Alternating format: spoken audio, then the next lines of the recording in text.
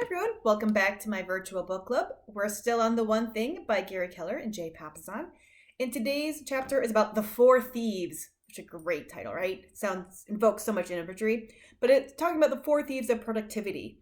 And these are all very familiar to us. The inability to say no, the fear of chaos, poor health habits, and in an environment that doesn't support goals. I think some of those are probably more familiar to others, but I think one that we can all agree to is the inability to say no or the willingness to say yes. And what we sometimes forget is that with every yes, it inherently means that there are 1,000 things that we have to say no to make up. Time is a limited resource.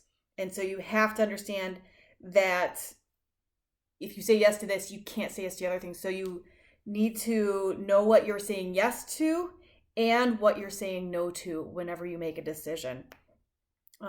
So focus on saying no to distractions and yes to things that'll actually move you forward, and be strict about it. If it's not related to your one thing, then you have to say no, right? Otherwise, it's impacting your ability to go forward with your goals. I think that's one that's so easy to say and so hard to do, but it's one that definitely resonates. The other thing is fear of chaos. If you're saying no to stuff, if you're letting things go, if you're focusing on things, then you aren't focusing on other things. And so it can be really frustrating when you see the stuff that you're not focusing on kind of going awry. And I guess we have to come to terms with that and we have to accept it. That's hard to do, especially for those of us that work really hard to be excellent at stuff. But he tells us that the thing to do is deal with it, suck it up, realize that if you're focusing on this, other things aren't going to be on. Find people to help work on those other things, delegate, but realize that they may not do it exactly the way you do.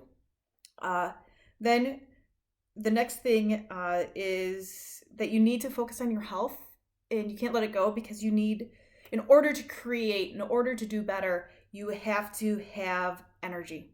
You have to be able to go forward. And so this is a long-term resource, right? You are a long-term resource. And so you want to make sure that you are able to stay at a higher capacity all the time. And if you burn yourself out now, you may not be able to be there later. He gives you a whole template about how your day should work. Great if it works for you. I think the more important thing is figure out what works for you, and that's what works for him. But if you want to look at their template, they tell you this is how you should set up your day. And then finally, the environment has to support yourself. Attitudes are contagious, right? So if everybody around you is saying no, then you're not going to do it. So they always say, you are the 5 people that you hang out with the most, birds of a feather, all of that stuff. But essentially, you set your standards by what you see around you. And so if you're seeing high standards, people achieving at a high level, then you're going to do the same thing. So surround yourself with those good examples, and then clear your path until you can get your one thing, right? Clear your path of those distractions, clear your path of those that aren't supportive, the things that aren't supportive. For example, shut off your email if that's what's the distraction. There's do not disturb signs are there for a reason. So use them so you can not just have your people around you, but your environment around you support and move your goals forward. So good luck fending off the four thieves. I know that some days it's easier than others, and it's really hard to fight off four thieves at once, but let's keep trying to do it as we now move forward. Thanks, all.